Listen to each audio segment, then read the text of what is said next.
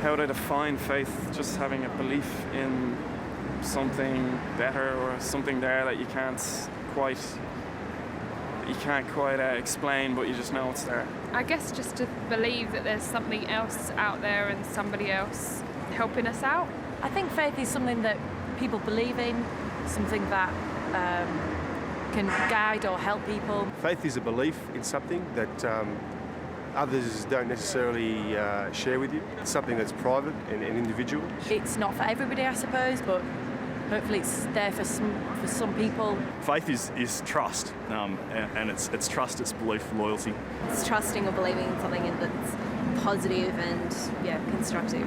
It being hope that there is something better. The story is symbolic of our spiritual reality.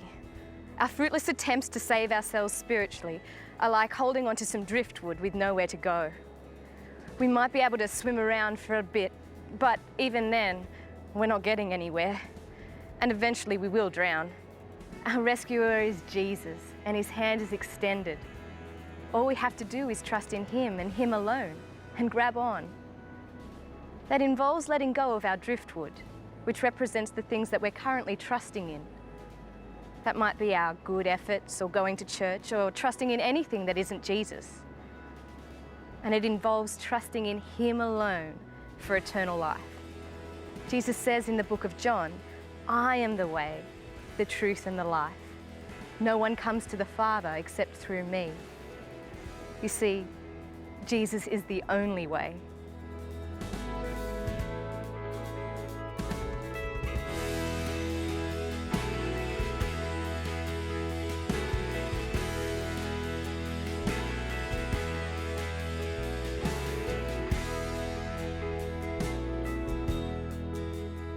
But let's be clear.